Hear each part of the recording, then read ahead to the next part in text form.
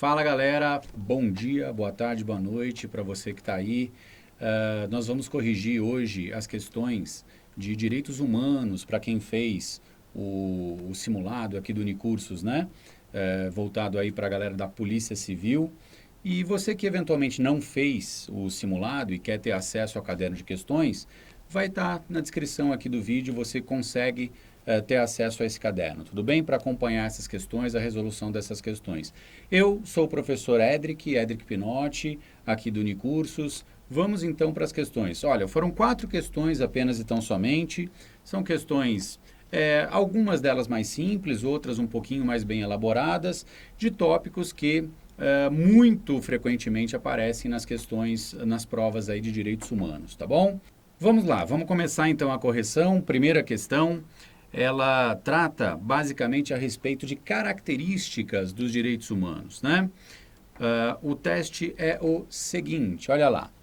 No que tange as características e especificidades dos direitos humanos, letra A, vamos lá, deixa eu acompanhar junto com vocês aqui no quadro. A letra A diz assim, a proibição do retrocesso não impede que países que aboliram a pena de morte no exercício de sua soberania interna a implementem novamente para delitos considerados mais graves. Gente, isso está errado.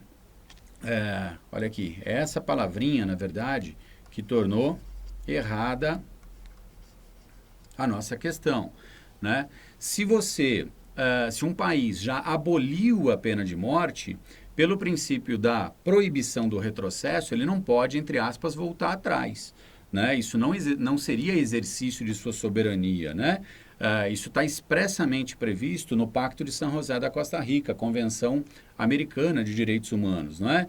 Então, vejam, países como o Brasil aboliu a pena de morte? O Brasil não aboliu. O Brasil prevê a pena de morte para situações muito específicas, né? Por exemplo, situação de guerra, enfim. Mas se um país já tiver abolido a pena de morte, ele não pode, entre aspas, reativá-la, tudo bem? Em função do princípio da proibição do retrocesso. Os direitos humanos, eles sempre têm campo para serem implementados, aumentados, desenvolvidos, né? Nunca um país pode retroagir no que diz respeito a essa proteção dos direitos humanos. A letra B. A indivisibilidade é caracterizada pela primazia. Primazia é o quê? Primazia é preferência, né? Prevalência conferida aos direitos civis e políticos em relação aos direitos econômicos, sociais e culturais. Lembrando o seguinte, gente, ó, direitos civis e políticos são os direitos de primeira geração. Os direitos econômicos, sociais e culturais já são os direitos de segunda geração. Isso cai bastante, né? Vai ter até um teste daqui a pouquinho para a gente trabalhar esse conceito mais diretamente. Agora, qual que é a grande falha, o grande erro da letra B? Não existe direito humano mais importante que o outro. Então, não existe nenhuma preferência dos direitos humanos de uma geração sobre os direitos de outra geração. Porque os direitos humanos, eles devem coexistir, não é essa a ideia? Todos eles devem ser protegidos de uma forma ampla e restrita. Então, qualquer questão de direitos humanos que coloque um direito tendo preferência sobre o outro, ou os direitos de uma geração tendo preferência sobre o outro, está errado. O que é a indivisibilidade? Né? Essa palavrinha aqui, indivisibilidade dos direitos humanos. Os direitos humanos devem ser assegurados, garantidos e protegidos de uma forma total e restrita. Não adianta nada um Estado, por exemplo, proteger o direito à propriedade, se não garante o direito à vida, né? Garante o direito ao voto, mas não garante direito à liberdade, enfim, né? Os direitos humanos, eles devem ser garantidos, protegidos e assegurados de uma forma ampla, tudo bem? Sem qualquer tipo de restrição ou prevalência de um sobre o outro. Beleza, vamos então para a letra C, que diz assim, a interdependência ou interrelação transmite a ideia de que a dignidade da pessoa humana pode ser protegida de forma fragmentada em algumas situações, na medida em que há direitos humanos mais essenciais que outros. Então, tudo que eu comentei com vocês ali na letra B acaba servindo também para mostrar o erro da letra C. Né? Os direitos humanos não podem ser protegidos de modo fragmentado, então você garantir, assegurar A, B, C e não assegurar D e F, né? Isso não existe. quando a gente estuda os direitos humanos, e não existem direitos humanos mais essenciais que outros, tá certo? Ou que outros. Letra D. Os direitos humanos são imprescritíveis. Então, aqui, ó, característica da imprescritibilidade dos direitos humanos. Agora, o que significa isso? A letra D diz que eles são imprescritíveis, já que eles não se perdem com o decurso do tempo. E está correto, né, gente? Está correto aqui a letra D. Aliás, o gabarito já estava aparecendo ali, não era nenhum segredo para vocês, né? Letra D. O que acontece, gente? Normalmente, quando nós temos direitos, esses direitos são sujeitos a prazos prescricionais, né? Nós temos que perseguir, temos que correr atrás dos nossos direitos dentro de prazos, normalmente previstos em lei, tá certo? Existe um bordão em direito que é o seguinte: o direito não socorre aqueles que dormem. Então, se você tem determinado direito, mas coloca ele embaixo do travesseiro, deita em cima do travesseiro e esquece ele ali, uma hora aquele direito vai caducar, como dizia minha vozinha. Né? Já era, passou muito tempo, aí não adianta mais você correr atrás deles. Mas em função da essencialidade dos direitos humanos, esses direitos, eles não se perdem com o decurso do tempo. Então, está perfeita a letra D, característica, portanto, da imprescritibilidade. A letra E também vai falar da imprescritibilidade, mas ele vai dar um conceito equivocado sobre o que seria essa imprescritibilidade, né? Vamos dar uma olhadinha aqui, eu vou sair do vídeo, né, para aparecer a letra E na íntegra para vocês. A imprescritibilidade implica o reconhecimento de que os direitos humanos podem ser reivindicados a qualquer tempo. Até aqui está bonitinho. Com exceção dos direitos humanos de terceira geração que prescrevem nos termos da legislação nacional. Não existe exceção, tá certo? Não existe exceção para essa regra da imprescritibilidade dos direitos humanos. Beleza, vamos agora então para o nosso próximo teste. É um teste mais direto, mais objetivo, um assunto muito explorado pelas provas, que quer cobrar de você quais são os direitos humanos de primeira geração, de segunda e de terceira, né? Basicamente, as bancas gostam mais dessas 3 primeiras gerações de direitos humanos. Então vamos lá.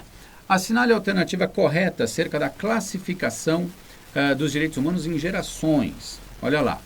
Os direitos humanos, os direitos de liberdade são classificados como de primeira geração. Apanhei um pouco da caneta aqui, agora foi.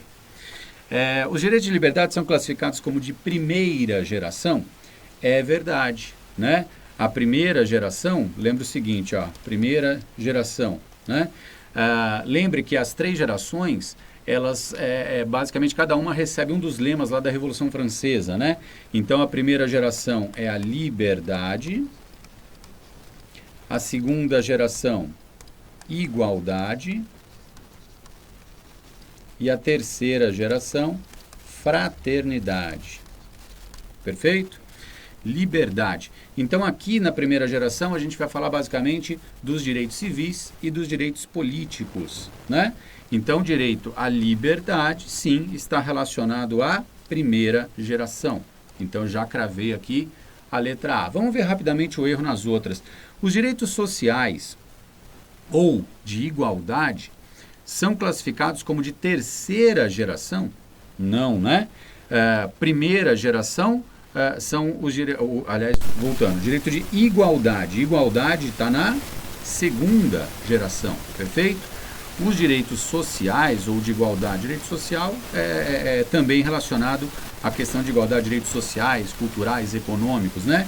Aqui seria de segunda geração, seria a resposta correta aqui da letra B. A letra C, a segunda geração de direitos humanos, né? Compreende os direitos de liberdade? Não, liberdade está onde aqui, ó, que eu mostrei para vocês. A liberdade está na primeira geração dos direitos humanos. A letra D, a terceira geração de direitos humanos é marcada por direitos tecnológicos como a bioética. Não é verdade. Quando eu penso em terceira geração, que são aqueles relacionados à fraternidade, eu tenho aqueles direitos basicamente relacionados com proteção de meio ambiente, direito do consumidor, tudo bem? São aqueles que acabam sendo relacionados a uma coletividade, um grupo de pessoas, né? Não mais a um indivíduo especificamente. A letra E, a segunda geração de direitos, envolve aqueles denominados fraternos, como o meio ambiente ecologicamente equilibrado. Não, né? Porque fraternos como o meio ambiente ecologicamente equilibrado, eu já mostrei para vocês que aqui a gente está falando da terceira geração e não da segunda geração de direitos humanos, tá bom? Lembrando que essas gerações, gente, elas vão se sucedendo, né? Então, é como se fosse realmente uma evolução. Primeiro a gente busca o básico, né? A primeira geração busca o básico numa sociedade de caos, digamos assim, né? A liberdade. Depois que, entre aspas, se conquista a liberdade, vamos para uma nova batalha, que é a igualdade. E depois, sim, a gente vai para as gerações futuras, direitos humanos, fraternidade, e aí as próximas que não costumam ser tão exploradas aí nas provas, tá bom? Vamos para o nosso próximo teste. Vamos lá.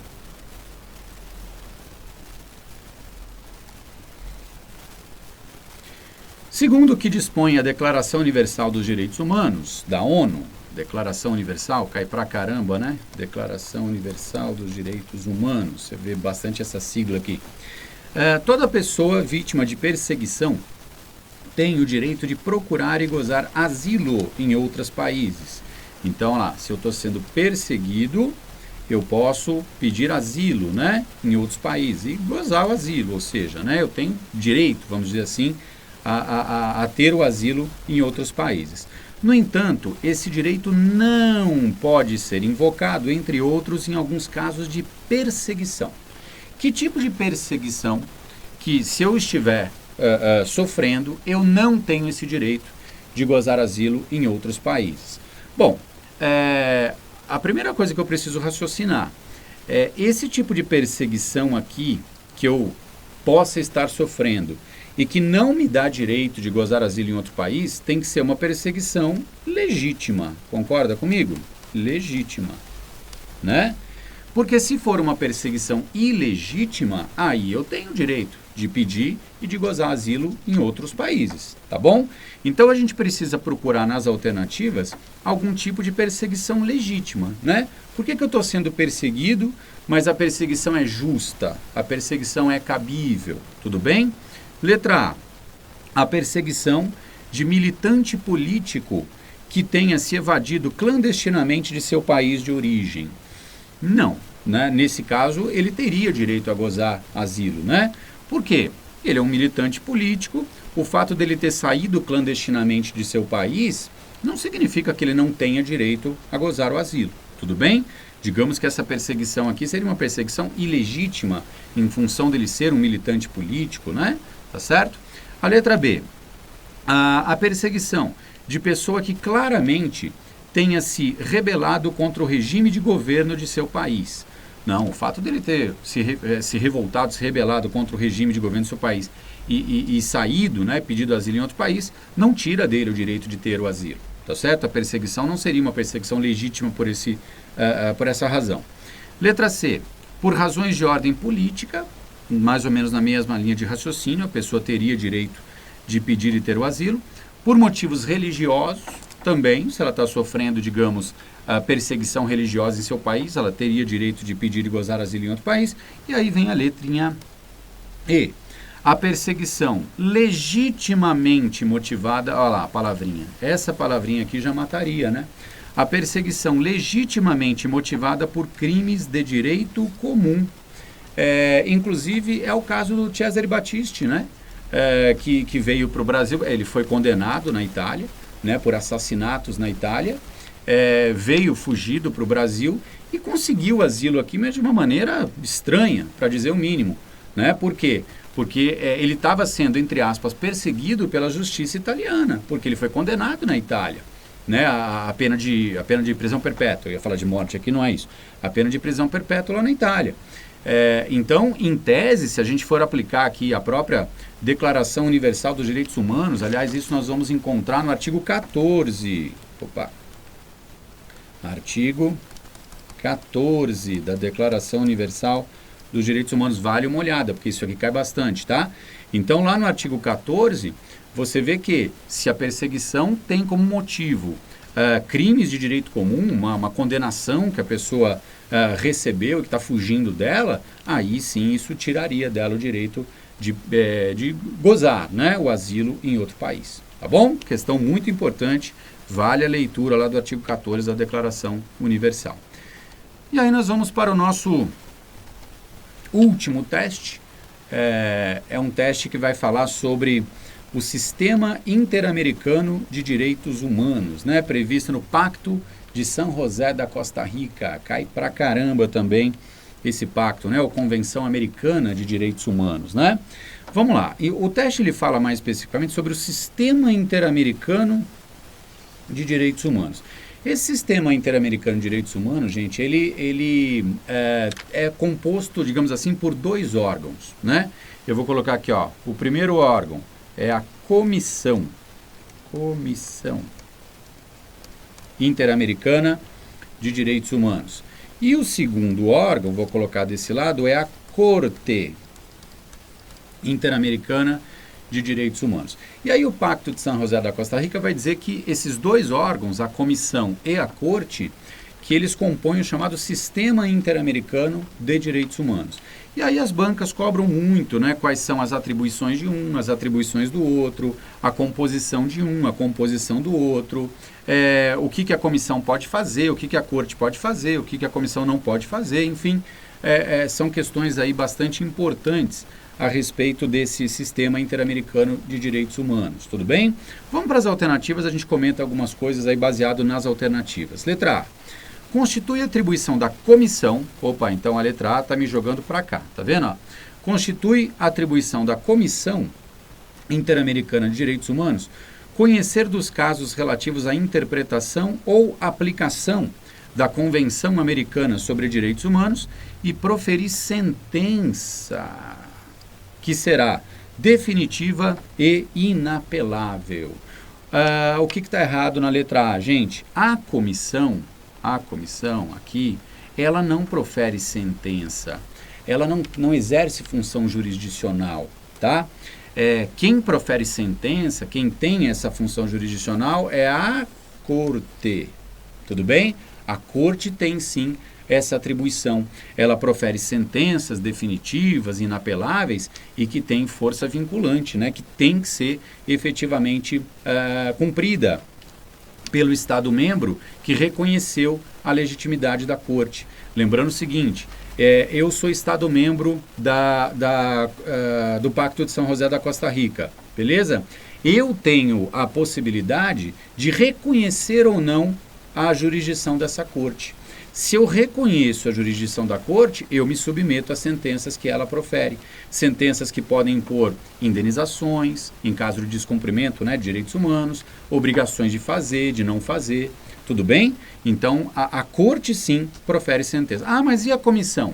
A comissão pode conhecer de situações que digam respeito a eventuais descumprimentos de regras de direitos humanos? Pode, a comissão tem sim esse tipo de atribuição, mas ela expede recomendações, entende? Recomendações. E aí, se o Estado não cumpre essas recomendações, a Corte pode, entre outras providências, ela pode levar o caso à Corte. E aí a Corte, sim, poderia proferir sentenças com indenização, obrigações, enfim, como eu acabei de comentar. Letra B. A Corte Interamericana de Direitos Humanos, opa, então a letra B já está me jogando para cá, né? A Corte Interamericana de Direitos Humanos possui competência privativa, para conhecer dos assuntos relacionados com o cumprimento dos compromissos assumidos pelos Estados-partes na Convenção Americana de Direitos Humanos. Que ela tem essa competência, ela tem, mas não é privativa. Por quê? Porque a comissão também tem essa atribuição, né? A comissão também pode. Lembrando, eu posso levar qualquer pessoa, viu? Qualquer pessoa física, grupo de pessoas, ONGs reconhecidas, enfim, pode levar até a comissão casos de eventual descumprimento de direitos humanos. Então, ela também pode conhecer desse tipo de situação. O que a comissão não pode é proferir sentença, né? Ela profere recomendações, tá? Mas o problema da letra B é falar que a Corte possuiria competência privativa para conhecer de assuntos relacionados com o cumprimento dos compromissos assumidos, tá bom? Letra C. A comissão Interamericana, ou seja, voltamos para cá, né? Estamos falando aqui desse lado. Compor-se-á, opa, faltou aqui, né? A mesóclise, tão bonita, tão elegante, né? O professor Álvaro adora, por exemplo, usar mesóclises durante as suas aulas. Mas, enfim, compor-se-á de 11 membros que deverão ser pessoas de alta autoridade moral e de reconhecido saber em matéria de direitos humanos. Aqui é decorebinha pura, né? A composição da comissão não é de 11 membros, e sim de 7 membros. Tudo bem? A corte também, 7 juízes. Aqui na comissão a gente fala que são membros, e aqui na corte são 7 juízes, né? Lembrando que a corte pode proferir sentenças, então são juízes ali. A letra D. A sentença proferida pela corte, ó, agora viemos para cá, e você já sabe que a corte efetivamente expede ou profere sentenças, né? A sentença proferida pela Corte Interamericana de Direitos Humanos deve ser fundamentada. Ok, toda sentença tem que ser fundamentada. Ela é definitiva e inapelável. O que significa dizer que ela é inapelável? Que não cabe recurso contra ela, tá certo também. Cabendo, contudo, pedido de interpretação dentro do prazo de 90 dias após a notificação da sentença. Está correta a nossa letra D. Olha o gabarito aí. Letra D. Mas o que é esse pedido de interpretação? Não é um recurso? Não é recurso. O pedido de interpretação vai caber, por exemplo, em situações em que a sentença proferida pela corte talvez não seja tão clara, talvez ela pode ter algum tipo de contradição, né? Então, eu apresentaria o pedido de interpretação para esclarecer aquela sentença, não para tentar reformar, para tentar modificar. Então, é correto falar que a sentença é mesmo inapelável, mas cabe o pedido de interpretação. E o prazo está correto também, cuidado, tá? Esse prazo aqui é importante, né? 90 dias após a notificação da sentença. E rapidamente, vamos ver o que está errado na letra E. No Estado brasileiro, compete privativamente ao MP federal ou estadual apresentar à comissão, joga para cá, né? Petições que contenham denúncias ou queixas de violação da Convenção de Direitos Humanos por um Estado parte. Então o que a letra E está dizendo? Que somente o MP federal ou MP estadual é que poderia apresentar à comissão petições que indicassem ali denúncias, queixas contra o não cumprimento, né, dos direitos humanos previstos na Convenção Americana. É mentira. Quem que pode provocar a comissão? A comissão, gente, pode ser provocada por qualquer pessoa, grupo de pessoas, ONGs regularmente constituídas. Então não existe essa limitação das pessoas que podem provocar a comissão, perfeito? Agora, e quem que pode, só complementando a nossa resposta, quem que pode provocar a corte? A corte, gente, aí sim já vai ter limitação. A corte pode ser provocada ou por um Estado membro da Convenção Americana, né, do Pacto de São José da Costa Rica, ou então pela própria comissão. A própria comissão, quando ela toma ciência de algum caso de descumprimento, né, de regras de direitos humanos, lembrando que a comissão ela não tem poder jurisdicional, então ela não profere sentença, ela profere só recomendação. Digamos que a própria recomendação que foi expedida pela comissão não seja cumprida por aquele Estado membro. Então a própria comissão teria aí a legitimidade para provocar a corte, né, a fim de que a corte julgasse o caso, proferisse uma sentença e aí sim teria um poder de exigência, né, um poder executivo aí da decisão tomada pela corte. Então, resumindo, a corte ela pode ser provocada ou por um Estado membro do Pacto de São José da Costa Rica ou então pela própria Comissão Interamericana de Direitos Humanos. Certo, gente? É isso aí. Espero que vocês tenham ido bem. A função dos simulados não é necessariamente de gabaritar, de bem. Eu acho que o simulado ele tem uma função mais importante que essa, de você avaliar ali os seus conhecimentos. Se você foi mal em determinada matéria, é você reforçar os estudos nessa matéria. Mas claro que ninguém vai ficar triste de ter gabaritado, né? Muito pelo contrário. Gente, então encerramos por aqui a correção das 4 questões de direitos humanos. Espero que vocês tenham gostado, que tenha sido útil para vocês. Não é só apontar a correta, né? É legal a gente ver ali as pegadinhas nas outras alternativas. E espero vocês em outras correções. Os simulados estão aí, né? O Unicurso está fazendo muito simulado. não só voltado, claro, à Polícia Civil, outras matérias, outros cursos também, enfim, é sempre legal que você vá acompanhando aí as nossas correções, porque isso vai te preparando cada vez mais, cada vez melhor para você atingir o seu sucesso. Tá bom? Um abraço a todos.